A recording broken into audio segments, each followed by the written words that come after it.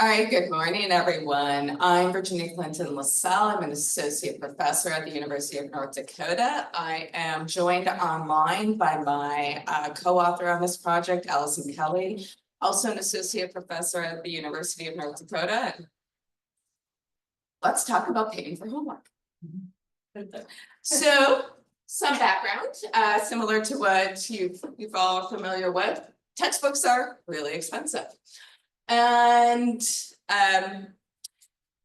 this has somewhat flattened out in the past few years, though, the cost of textbooks for students. And a lot of that has to do with what Nicole was talking about in the previous session about how students have gotten very savvy about workarounds for the cost of textbooks. So they're not buying brand new paper textbooks individually.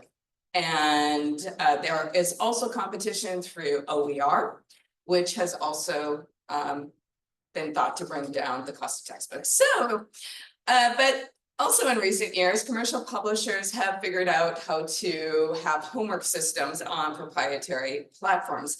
This is not having online homework on an institutional learning management system, or maybe you're posting your quizzes on Blackboard or have different activities for students to do.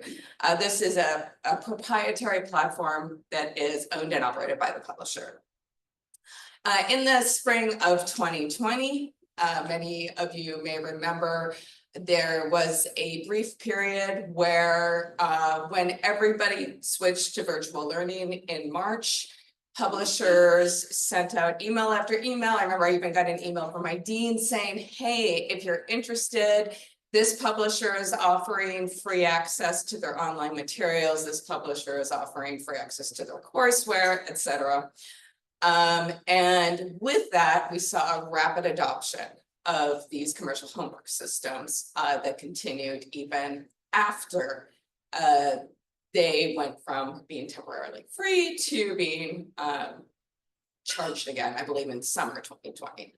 So what am I talking about when I say online homework systems? And like I said, I want to just be clear, I'm not talking about something students are free to access through a platform that the institution pays money for, such as Blackboard, Canvas, Moodle, you name it. What I'm talking about is using a publisher platform. There's usually quizzes, videos, exercises, and visuals. There might be some interactive simulations, or for a foreign language practice.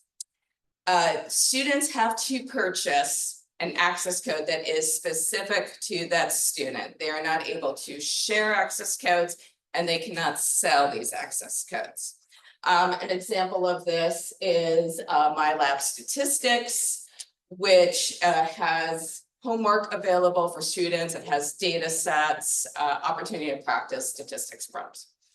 And often students can only access graded assignments through these systems. So in addition to paying for their tuition, they also need to pay for these homework systems, which range quite a bit in cost. My Lab Statistics, I believe, is about $150 and includes temporary access to the book in order to do their course homework.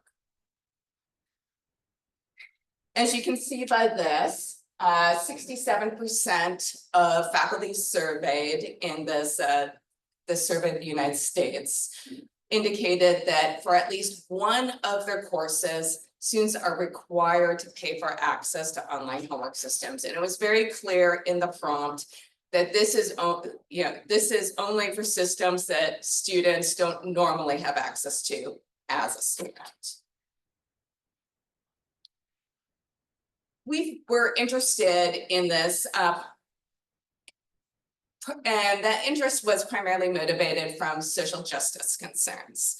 So we used the SCIP framework, which is a framework that's been recently developed by Lindsay Gavush, Jasmine Roberts-Cruz, and myself, where we emphasize examining open education from a social justice lens.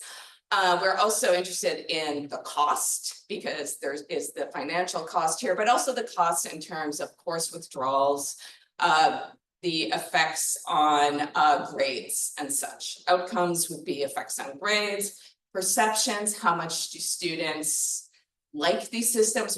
How helpful do they think these systems are? And engagement, just simply how much do students use these systems? We got interested in this because there is not much research done on something 71% of faculty either recommend or highly encourage students to have access to.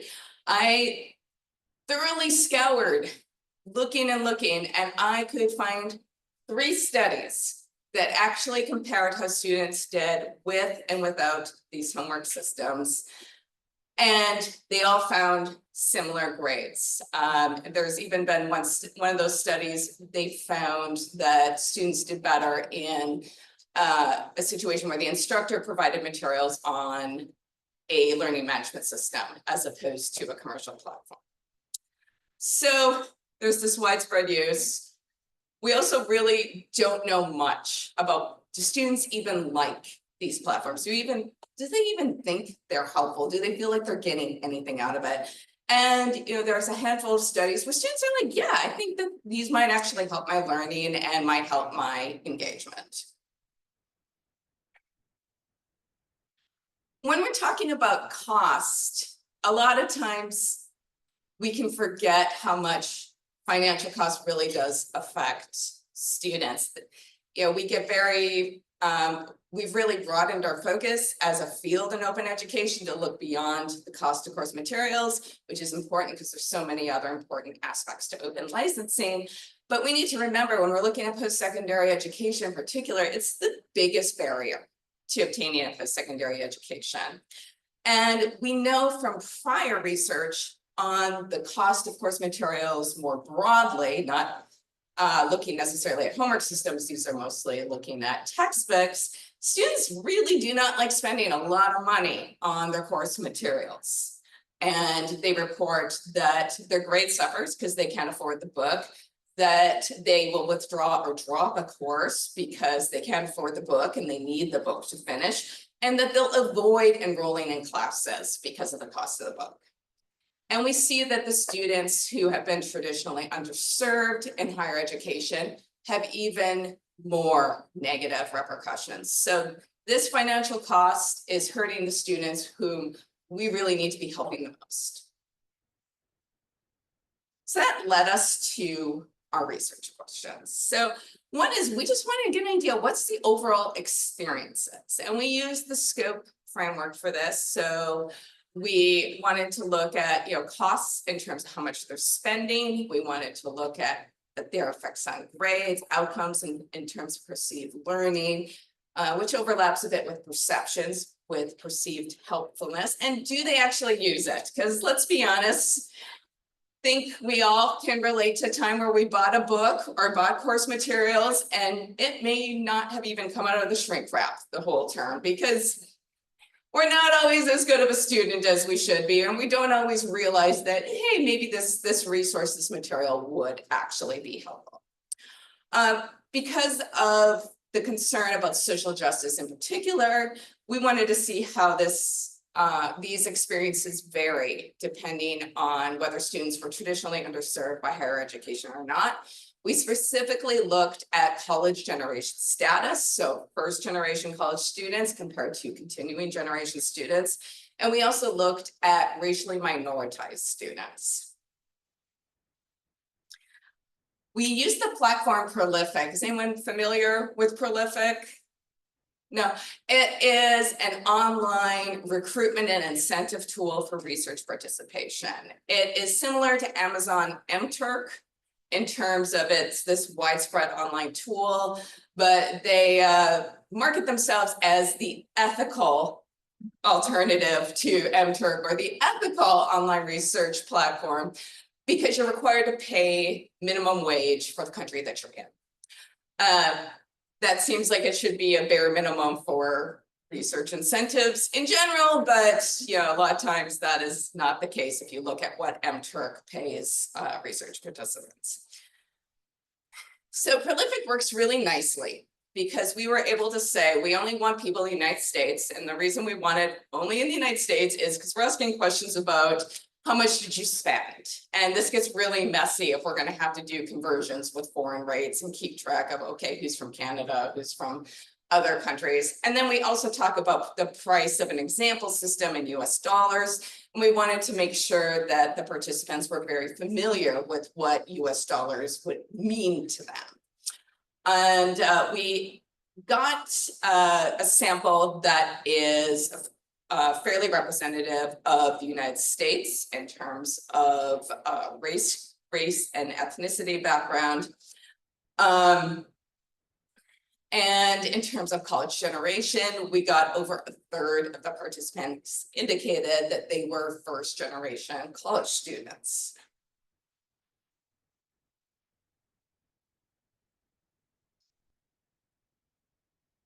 So in terms of what we looked at on our survey instrument, in terms of cost, we looked at how much do they spend on homework systems, what were the academic repercussions of the financial costs. So for example, when they did not purchase the homework system because they could not afford it, what did that mean for their grades and for their ability to successfully complete the course? Their stress levels due to the expenses, because in the scope model, we brought in costs to consider emotional costs, not just financial costs. And we gave them an example online homework system and asked them, what do you think a fair price would be? We asked about perceptions in terms of what do you think you're learning in terms of your participation on these platforms. And we had some open-ended items just saying, hey, what are some of the advantages and what are some of the disadvantages of using these homework systems? And then in terms of engagement, we asked them to rate how frequently they use the homework systems. So in terms of cost, you can see a large chunk of them, a majority of them, almost 80%, have been required to purchase an access code for an online homework system. So this is becoming a very common experience. And I'd like to do a plug-in that we really need to be doing more research on this.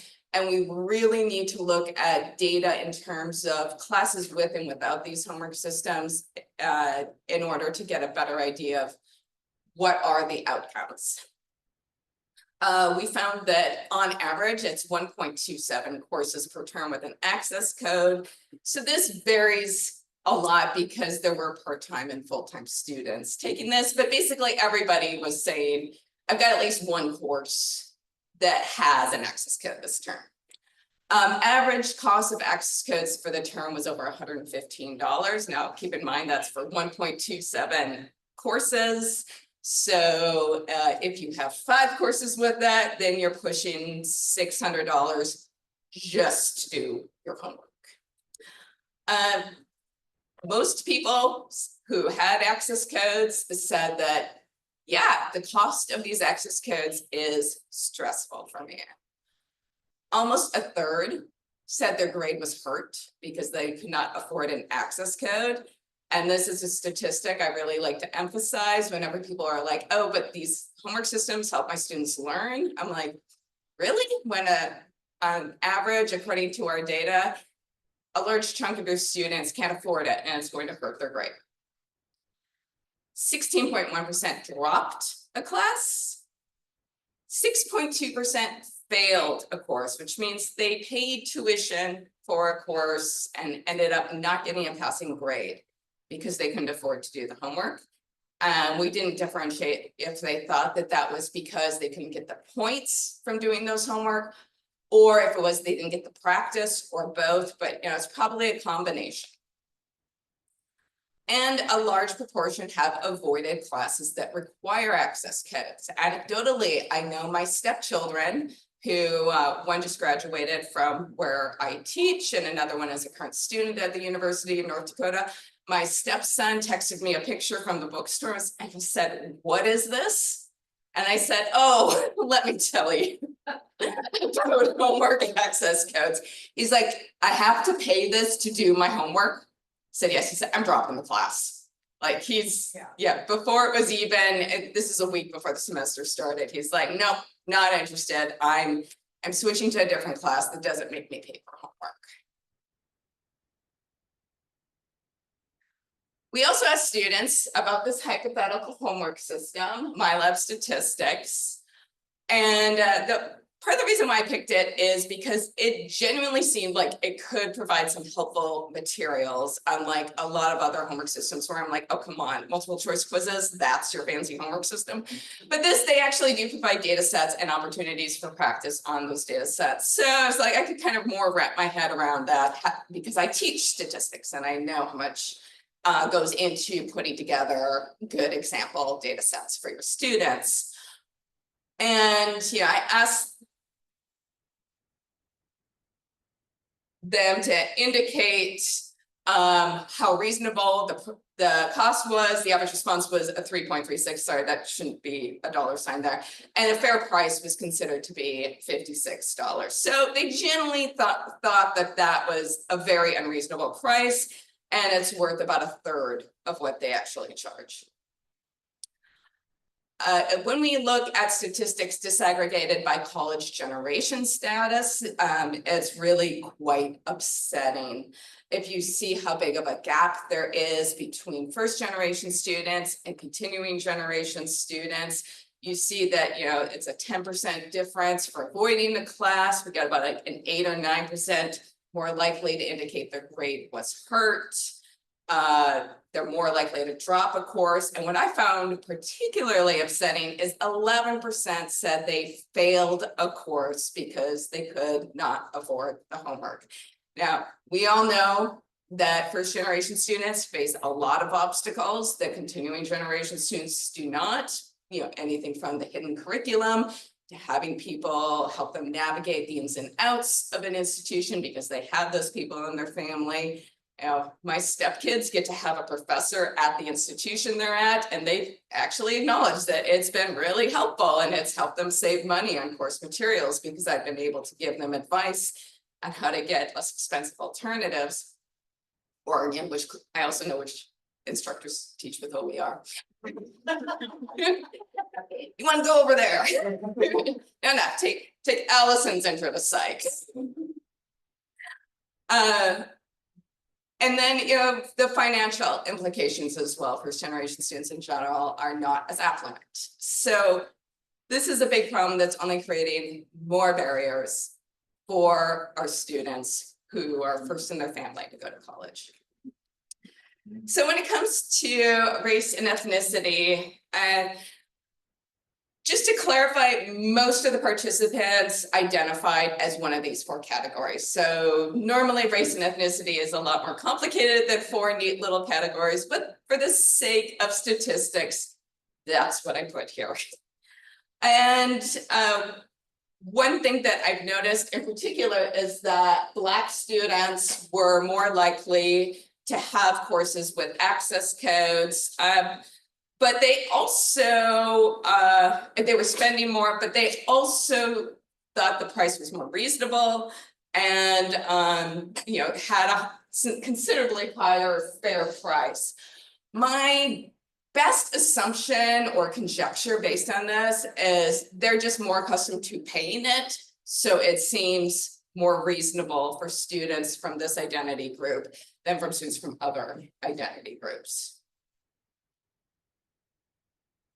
When we look at the data, we can see that our Latinx students in particular are reporting quite high rates of stress due to the cost of these access codes, that their grades are much more likely to be hurt. Almost half of Latinx students reported their grades being hurt because of the cost of doing homework. A quarter have said they've dropped a class.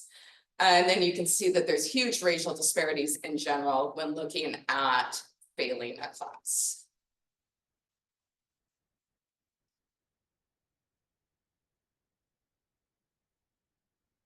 Thinking about perceptions and engagement, this is going back to thinking of all students. So in terms of stress, helpfulness, how frequently do you use this system? How often do you engage and do you form better? They're all fairly moderate. All of these ratings are from 1 to 10. So There's quite a bit of variability or change across, but students seem to find these systems at least somewhat helpful and see some benefits to using these systems. As far as disaggregating, or you're looking specifically at first generation college students, you actually see that first generation students, if they can afford the systems, then they do see that they're more helpful than continuation peers. And they're probably more helpful because they seem to be using them more, because, you know, resources tend to be more helpful when you actually use them. But no real differences on perceived engagement or performance. When we talk about race and ethnicity, again, you see Black students who had more experience with using these homework systems, and you know, use them more often and were spending more money on them. Also rated them as more helpful, indicated higher frequency of use, more engagement, and thought it helped more with their performance than students from other racial and ethnic groups. Again, I think this probably comes back to they just use them more and have more experience. So here's some advantages to the online homework systems. We were curious, what did students think? A common thing was the immediate feedback and opportunities for practice. That sometimes the tools were more customized. This is a change I've noticed. It used to be you couldn't really customize these systems, but now, I mean, I got a voicemail and email the other day telling me all about how I could pick and choose what my students would work with, and also I could put in my own content, which my thinking was like, I'm going to give you my intellectual property. But and also, if I'm going to be putting in my own content, why am I not putting it someplace where it can be hosted for free, or at least free to the student? A lot of resources, and if it is a situation where the e-textbook and the homework come together, then a lot of times that homework and the textbook are nicely integrated, or at least there's an opportunity for the homework and the textbook to be integrated. Disadvantages. Obviously, the cost was the biggest complaint overall, but also you can't buy it secondhand, you can't share it.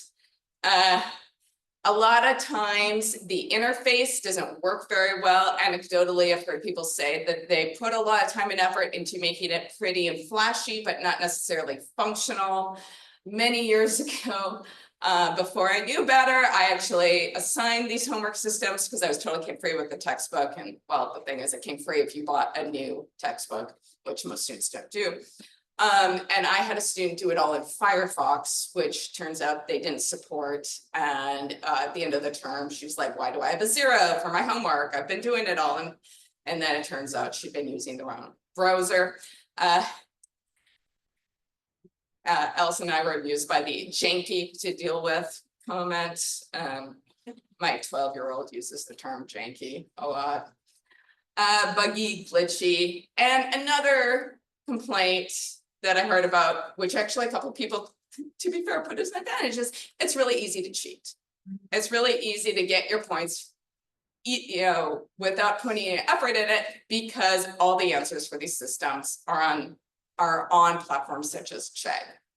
And when I was putting together a TikTok actually about this, without even trying, I found websites that would give me the answers for these systems. I wasn't even trying, I didn't put in the word like, you know, what are the answers or anything like that. It was like, boom, of course you're gonna want to know how you can get all the answers to every question in every Pearson product out there. So overall, there's pretty clear resounding evidence that paying for homework is a common experience for college students in the United States. Across student groups, we saw negative repercussions in academics. The cost is moderately stressful. And the fair price is about 1/3 of the actual price. There were moderate ratings of frequency of use and perceived helpfulness, indicating that these weren't considered awful products, but they weren't exactly considered to be essential, amazing, makes their experience as a student so much better products. When we look at traditionally underserved students, the findings changed quite a bit in terms of academic repercussions, in particular when we look at first-generation students. We also found in general that first-generation students were more likely to have to pay for access codes, and also Black students were more likely to pay for access codes. Now, it should be pointed out, I don't think any instructor assigns these homework systems at the individual level. So they're not looking at their class and intentionally giving Black students and first-generation students assigned homework that they have to pay for. This is done at the course level and institution level or department level for the most part. But at the minimum, as far as the smallest unit, it's the course level. So we're talking about courses and institutions that are already having a higher percentage of first-generation students, higher percentages of Black students. Those are the institutions that appear to be more likely to have students pay for these homework systems. Which is concerning because these institutions, which are serving a larger percentage of these groups of students, are more likely to report failing a course. And thinking about online homework systems that require you to buy an access code, this can be considered a barrier to redistributive justice, similar to buying a commercial textbook. So redistributive justice is to have resources being allocated to groups who traditionally have lacked in allocation. What I did notice as far as a plus that is important to note is that Black and first-generation students reported more perceived value and engagement. They saw more helpfulness and they used these systems more. So that indicates that as a field, open education, perhaps we need to expand into the homework market. Now, there are some open systems. This study did not count them. So, it was pretty clear you had to pay for an access code. And I know some homework systems do, open homework systems do have some charge. I didn't differentiate different homework systems just because there are so many, and I didn't want to overwhelm students who probably honestly didn't notice who the publisher was or who the creator was, but probably did remember how much they spent. That's a lot more salient to them than who owns the copyright. So if it is true that these systems are helping underserved students, and it's also true that these systems, when they are not affordable, are causing negative repercussions for underserved students, then it does seem that the logical place to go would be to develop materials and systems that would be available openly. So some limitations, I want to mention about the survey. So we didn't ask about internet access and reliable internet access, which was something that occasionally came up in the comments, that you needed live Wi-Fi to use it. They were not downloadable systems, and you could not save them. And this is something that we really probably should have asked, because up to 10% of college students do not have reliable internet access. So that's a real issue. That's a real barrier. We only considered the United States for the reasons I talked about, as far as currency conversions and all of that. And this is all self-reported data. Technically, somebody could just make up everything. They could pretend to be a college student. I mean, when they first sign up for the system, they have to provide all this demographic information about themselves, including if they're a college student and at what level of education they are. And then this survey is only visible to people who meet those qualifications. But I mean, still, when you initially sign up, there's nothing saying that you have to prove that you're a college student. That said, that's just kind of how we roll in research is we cross our fingers and assume that people for the most part are going to be truthful. They probably don't wake up and try to think of how to like make up data. So this study is available open access through the International Journal of Technology in Education and Science. Here's my contact information and a QR code to access the full text. I believe I also uploaded the full text of the article to this session. Or at least that was something I truly intended to do. Okay, so questions? First of all, Virginia, thank you so much. This is really important work. I appreciate it. I have two questions that I realize are not directly related to your study.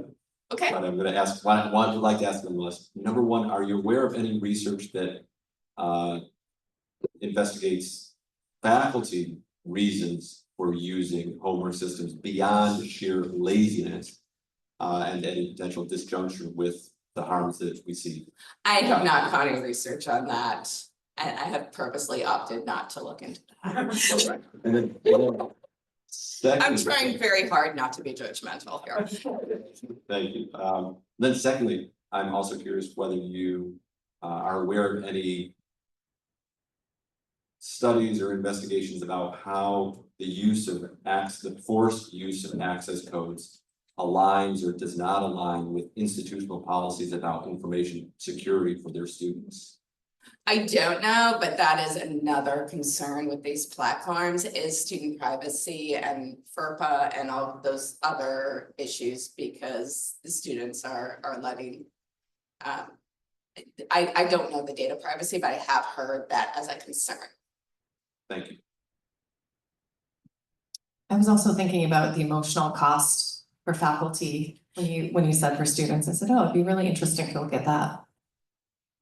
Hello, my name's Heather. I'm from the Riverdale Aeronautical University in Daytona Beach, Florida. Oh yeah, I want to talk to you. Okay. You introduced yourself in the keynote, but yeah. yes, let's chat after the session. So we actually did an internal survey recently. I might will publish it unfortunately, but we got a bunch of feedback from students about textbook affordability and overwhelming amount of comments about Pearson specifically. Some people would just comment Pearson, but about the homework. Can I just say, I can't say live what students said about Pearson. Okay. It would be. Yeah, I won't go into it further. NSW. Yeah, but one of the comments that really stood out to me from a student was they asked the question of like, the university bills itself as like this elite university that specializes, and like the reason you go there is because it's very specialized information that you're learning from experts in the field. And they said, why? Like, if I can just go to a community college that teaches the same homework, why should I even go here? And I thought that was a really great thought. I was wondering if you had any feedback like that in your survey, or if you had any like administrative. So you know, we have quite an aviation program. Yeah. You know, so I'm sure you're aware. And my stepson's in aviation, and I have not heard that his aviation faculty charge for this. So, but I could imagine there'd be quite a bit of outrage because having co-signed many loans, I know how expensive aviation and aerospace training is in general. And if we had to pay for homework on top of that, I think that would be particularly upsetting. This did include community college students. So yeah, there's that as well.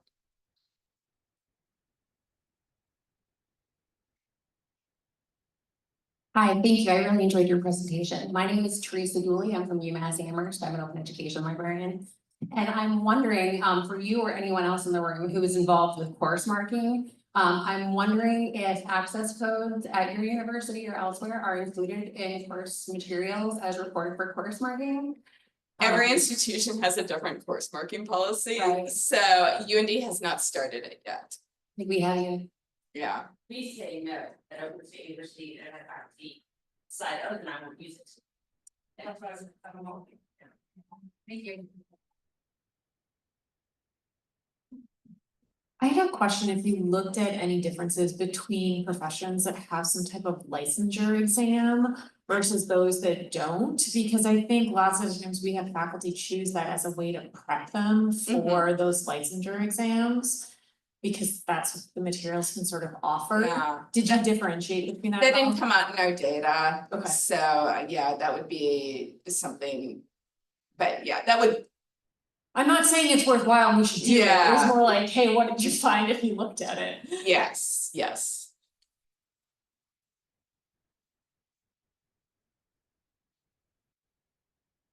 Nobody commented on licensure prep. Hi, my name is Morgan Browse. I'm an OER librarian at the University of Oklahoma. I'm curious to know why you decided to not necessarily survey students at your institution, but you know, a broader group from like a recruiting platform. And if you did this survey at, you know, the state level or at your institution, how do you think the results might be different? I chose to do we wanted a national sample, to be honest, and it's a lot easier and we had the resources to be able to survey nationally, so we opted to do that. I honestly don't know how much it would differ if I surveyed students across the North Dakota University systems. I'm not sure, so. Hi, thank you so much for your work. This is really helpful. I want to maybe push back on the feelings about faculty who assign these access codes and bring in the issue of labor, particularly for part-time faculty. And I am really looking forward to sharing your results and also anticipating the response, right? And when I talk about OpenStax, I say, and they have low-cost homework platforms, and those low-cost homework platforms I've noticed have inched up, but they're still more aligned with what your survey respondents said was a reasonable cost. So I'm just curious, you know, what your thoughts are about that labor issue on the faculty side, and also your thoughts about a low-cost homework system as opposed to using the homework system that comes with your tuition, your LMS, right? Yes. Well, I can say as far, I mean, obviously, a lot of our faculty are overburdened, overworked, there's systemic issues. I don't honestly see how online homework systems are a great solution for those problems. Sorry, I lost my train of thought there. Like I said, I'm trying very hard not to judge faculty because, you know, I'm sure there are reasons for this. I'm trying to inform and bring student voice to this issue because there's just been a real lack of student voice. Also, is Alison is she attending to the chat? I just don't want to ignore everybody on Zoom, so. We do have one question on Zoom that has not been answered. Okay. All right, Alison, if you could get the one on Zoom and I'll get the one in here. Yep, Right. yeah. Okay, thanks. I also want to thank you for your work. I refer to your research constantly in our advocacy on our campus. And one of the things that I wanted to not necessarily ask about, but maybe just put out there as a thought related to what you've presented today and some of the questions about labor and the advantages that are coming to students who are using these systems. When we think about ADA level accessibility in learning materials, one of the principles is that we cannot provide materials to some students that give them an advantage that we cannot provide to students who physically cannot interact or engage with those materials. So in other words, we can't say, well, the picture is just there as a visual, you can read the book if the picture illuminates concept, right? Yeah. And to me, there's a connection between being able to afford the homework code and that kind of advantage when it comes to being able to study for a licensure exam or being able to practice that being able to, or being forced to, in a way, purchase those homework codes, sorry, is very, it's like right on the border of that accessibility issue that we would find unethical. And I think illegal, right? We could make the case that it violates ADA. But with what we're doing with the sort of extortion that comes with these codes, and especially in like really courses that students have to advance in the university, right? Like we're not necessarily finding homework codes in 300-400 level courses. We're finding them at that level where they're just trying to make their way through. And then if they are failing and dropping out, then they're more likely to drop out if they're earlier on in their college education as opposed to later. So, but we are at time. I'm here all conference. Happy to chat.